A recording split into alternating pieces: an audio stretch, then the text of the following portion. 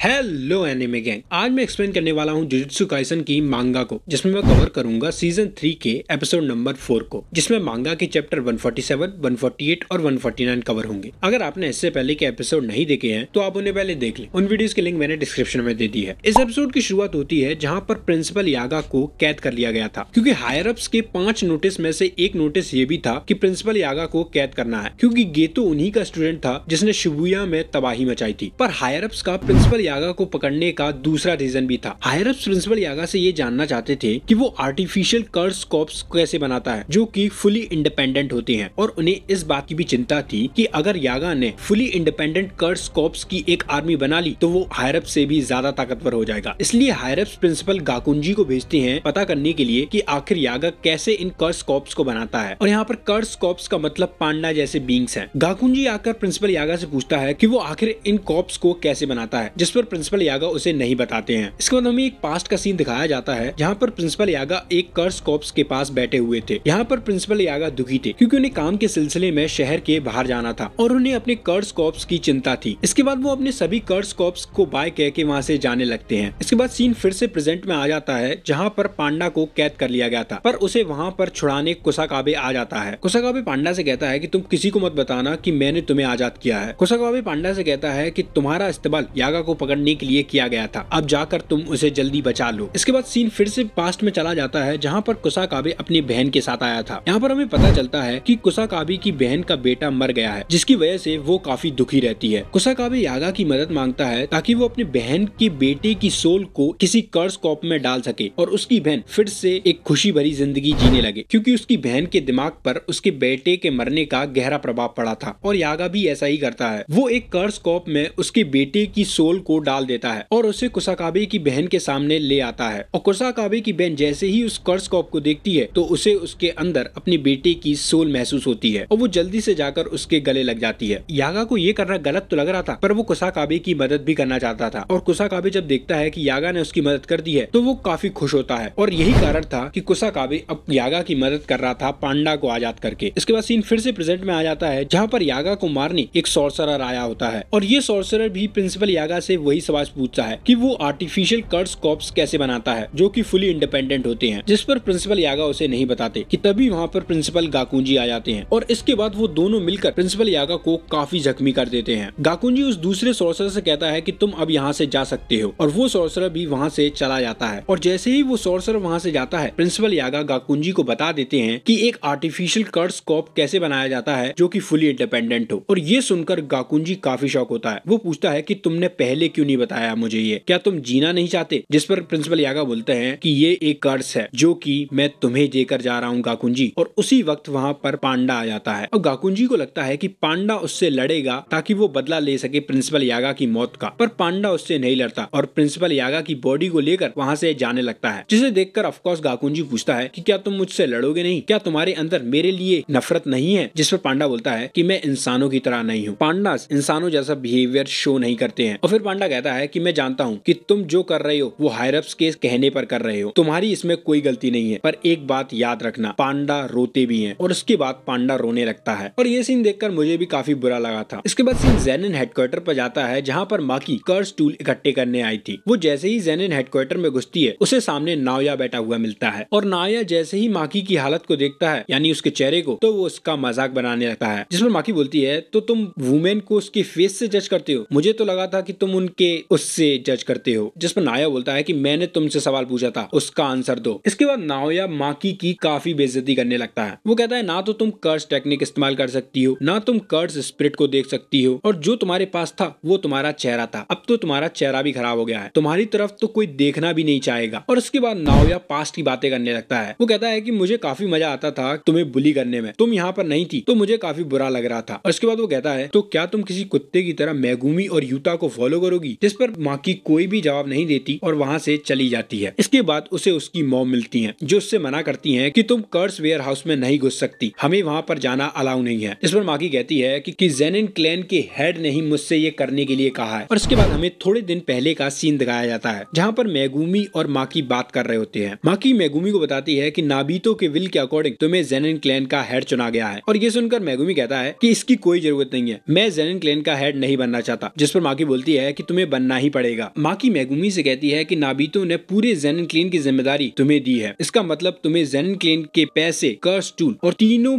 Big family की information दी जाएंगी। और ज़ेनिन क्लेन जैसे पहले ऑपरेट करता था अब उसमें बहुत बड़ा चेंज आने वाला है। तभी मेगुमी बोलता है तुम हेड बन जाओ ना माकी, जिस पर माकी कहती है कि मुझे कोई भी हेड एक्सेप्ट नहीं करेगा और जिस हालत में मैं अब हूँ उसे तो देखकर कोई भी नहीं करेगा। इसके बाद माकी मेगुमी को समझाने लगती है कि वो हेड बनने के लिए परफेक्ट है क्योंकि उसने ज़ेनिन क्लेन की इनहर्टेड टेक्निक को भी सीख लिया है और वो डोमेन करना भी जानता है। माकी काफी रीजंस बताती है कि तुम ही ज़ेनिन क्लेन के हेड बनने के लिए परफेक्ट हो, पर तभी मेगुमी बोलता है कि मुझे इस बात से कोई फर्क नहीं पड़ता कि तुम्हें कोई एक्सेप्ट करता है कि नहीं, अगर तुम हेड बन जाओगी तो ये क्लेन के लिए और अच्छा होगा। जिसमें माकी बोलती है कि मैं अभी इसके काबिल नहीं हूँ, मैं एक ऐसी जगह नहीं बना सकती जहाँ पर माई अच्छे से रह सके। जिसमें मेगुमी समझ जाता है कि माकी माई की वजह से क्लेन की हेड नहीं बनना चाहती। इसके बाद सीन फिर से प्रेजेंट में आ जाता है जहाँ पर माकी की माँ उस पर चिल्ला रही होती है और उसे वापस आने के लिए कहती है, पर माकी नहीं सुनती। माकी की माँ उससे कहती है कि एक बार तो कोई ऐसा काम करो जिससे मुझे प्राउड फील हो कि मैंने तुम्हें बर्थ दिया है, पर माकी उसकी बात को अनसुना करके आगे बढ़ जाती है और कर्स वेयर हाउस में आ जाती है। जहाँ पर वो जैसे ही अंदर आती है तो देखती है कि वहाँ पर उसका बाप बैठा हुआ है जिसका नाम ओगी है। ओगी माकी से कहता है कि यहाँ पर कोई कर्स टूल नहीं है, मैंने उन्हें पहले ही यहाँ से हटा दिया है क्योंकि मैं जानता था कि तुम लोग कर्स टूल को लेने जरूर आओगे। और जैसे ही वो अपनी जगह से खड़ा होता है तो हम उसके पीछे माई को देखते हैं जो कि यहाँ पर कर्स टूल इकट्ठा करने आई थी। इसके बाद हमें नाओया और जिंची को दिखाया जाता है जो कि आपस में बात कर रहे थे कि कैसे उन्हें अपने क्लेन का दबदबा रखना है तीनों क्लेनों के बीच में। वो कहते हैं कि सातोरू गोजो तो जा चुका है तो अब उनके पास एक अच्छा मौका है कि वो अपने क्लेन का दबदबा रखें और ऐसा करने के लिए उन्हें सबसे पहले उन लोगों को मारना होगा जो सातोरू गोजो को फ्री करेंगे, जो कि उन्हीं के क्लेन मेंबर थे, मेगुमी, माई और माकी। और वो ऐसा करके हायरप्स की नजर में भी दबदबा रख सकते थे क्योंकि हायरप्स ने एक ऑर्डर निकाला था कि जो भी सातोरू गोजो की सील को तोड़ेगा उसे क्रिमिनल एक्ट के तहत मार दिया जाएगा और मेगुमी वगैरह वही कर रहे थे। तो अगर ये लोग उन्हें मार देंगे तो हायरप्स की नजर में इन लोगों ने अच्छा काम किया है और ये लोग हायरप्स के बीच में भी अपना दबदबा बना सकते हैं। अब जिंची को इस बात की चिंता थी कि माकी और माई ओगी की बेटियां थी तो वो उन्हें मारने के लिए रेडी भी होगा, जिस पर नाया बोलता है कि उन दोनों को मारने की जिम्मेदारी खुद ओगी ने ली है। इसके बाद सीन माकी और ओगी पर जाता है जहाँ पर ओगी secret art falling blossom emotion का इस्तेमाल करता है। तुमने ये अटैक नाबितो को भी करते हुए देखा होगा सीजन 2 में। नाबितो ने ये अटैक डैगोन के डोमेन में किया था। इस अटैक की खूबी ये है कि ये अटैक किसी के भी डोमेन में तुम्हें श्योर इफेक्ट से बचाता है। और यहाँ पर माकी अपने साथ एक कर्स टूल लाई होती है जिसका नाम ड्रैगन बोन होता है। इस टूल के अंदर बहुत ज्यादा फोर्स और कर्स एनर्जी होती है जो कि इस्तेमाल करने वाले के अकॉर्डिंग होती है। अब माकी सोचती है कि उसके पिता को कर्स टूल के बारे में ज्यादा इन्फॉर्मेशन नहीं है तो वो इस बैटल को जल्दी से जल्दी खत्म करने की कोशिश करेगी। इसके बाद ओगी माकी से बोलता है कि क्या तुम्हें पता है कि ज़ेनिन क्लेन का फॉर्मर हेड मैं क्यों नहीं था? इसमें माकी बोलती है हाँ मुझे पता है क्योंकि तुम एक बास्टर्ड हो जो अपने ही बच्चे को मारना चाहता है। इसके बाद ये दोनों लड़ने लगते हैं और ओगी बड़े ही तेजी से माकी पर हमला कर देता है जिसे माकी बहुत ही मुश्किल से रोक पाती है। इसके बाद माकी ओगी पर हमला करती है जहाँ पर वो उसकी तलवार को तोड़ देती है, बट ओगी बड़े ही तेजी से माकी की तरफ बढ़ता है और उसके शरीर को बीच में से चीर देता है। और माकी ये देखकर काफी शॉक हो जाती है कि ओगी ने उस टूटी हुई स्वॉर्ड से ही उस बीच में से काट दिया है। और फिर ओगी बोलता है कि मैं ज़ेनिन क्लेन का हेड इसलिए नहीं बन पाया था क्योंकि मेरे अपने बच्चे ही वर्थलेस हैं। ओगी बोलता है कि मेरे और मेरे भाई के बीच में पावर लेवल में कोई अंतर नहीं था, पर उसे हेड इसलिए चुना गया था क्योंकि उसका बच्चा सही था और मेरे बच्चे नालायक थे। तुम लोगों की वजह से मैं हेड नहीं बन पाया था। इसके बाद वो उन दोनों को घसीटते हुए एक रूम में ले जाता है और वहाँ पर फेंक देता है जहाँ पर ग्रेड 2 और उससे लोअर के कर्स स्पिरिट थे। ओगी कहता है कि ये रूम ट्रेनिंग और डिसिप्लिन के लिए है। ओगी कहता है कि ये कर्स स्पिरिट अभी तो मेरे डर की वजह से बाहर नहीं निकल रहे हैं, पर जैसे ही मैं यहाँ से चला जाऊंगा ये तुम दोनों को मार देंगे। और जाते जाते भी ओगी माकी की बेइज्जती करते हुए कहता है माकी तुम्हारी स्ट्रेंथ हमारे कंपेयर में कुछ नहीं है, और फिर वो वहाँ से चला जाता है। इधर जैसे ही ओगी यहाँ से जाता है माई माकी के ऊपर हाथ रखकर कुछ करने लगती है और माई कहती है कि मुझे मालूम था एक ना एक दिन ऐसा जरूर होगा। और इसके बाद जैसे ही माई माकी को किस करती है ये दोनों एक अलग ही जगह पर आ जाते हैं जहाँ पर माई माकी से कहती है कि मैं बहुत बुरी तरीके से इंजर्ड हूँ, जल्द ही मैं मर जाऊंगी। और फिर माई वहाँ से खड़े होकर समुद्र की तरफ जाने लगती है और कहती है कि चलो मैं यहाँ से जाती हूँ। माई माकी को बताती है कि कुछ पाने के लिए तुम्हें कुछ ऑफर करना होता है, सफरिंग ही हमें स्ट्रॉन्ग बनाती है, बट ये ट्विंस के लिए एप्लीकेबल नहीं है। माई माकी से कहती है कि तुम जितना भी हार्डवर्क करोगी स्ट्रॉन्ग बनने के लिए उसका कोई फायदा नहीं होगा अगर मैं स्ट्रॉन्ग नहीं बनना चाहूंगी, और अगर मेरे पास कर्स टेक्निक है तुम्हारे पास नहीं है है तो भी इसका कोई फायदा नहीं है। जब तक मैं जिंदा रहूंगी माकी तुम फुली डेवलप नहीं हो पाओगी। और ये सब बातें सुनकर माकी कहती है हाँ ठीक है मैं समझ गई, अब वापस आ जाओ। माई माकी से कहती है मुझसे एक वादा करो कि तुम सब कुछ डिस्ट्रॉय कर दोगी बिग सिस्टर। और उसके बाद जब माकी की आंख खुलती है तो वो देखती है कि माई मर चुकी है और उस पर वो सारे कर्ज स्पिरिट भी हमला करने वाले हैं। इधर जैसे ही ओगी जा रहा होता है उसे एकदम से महसूस होता है कि सभी कर्ज स्पिरिट की प्रेजेंस गायब हो चुकी है और उसे एक अलग ही ऑरा महसूस होता है, जिसे महसूस करके उसकी फटने लगती है। वो कहती है कि इस ऑरा को मेरी बॉडी आज तक भूल नहीं पाई है, जो कि था तोजी ज़ेनिन का ऑरा। और हम देखते हैं कि ओगी को माकी के अंदर तोजी की प्रेजेंस महसूस हो रही है, यानी माकी के अंदर लगभग तोजी जितनी ताकत आ चुकी है, या कहें हम तोजी जितनी ही। ये देखकर ओगी भी समझ जाता है कि अब उसे अपनी सबसे पावरफुल टेक्निक का इस्तेमाल करना होगा। और फिर ओगी कहता है मैं तुम्हारी हड्डियों को भी जला के रख दूंगा। और जैसे ही ओगी हमला करने वाला होता है पलक झपकते ही माकी उसके सिर को काट देती है। और ये देखकर मेरे मुंह से सिर्फ यही निकलता है भाई हम तो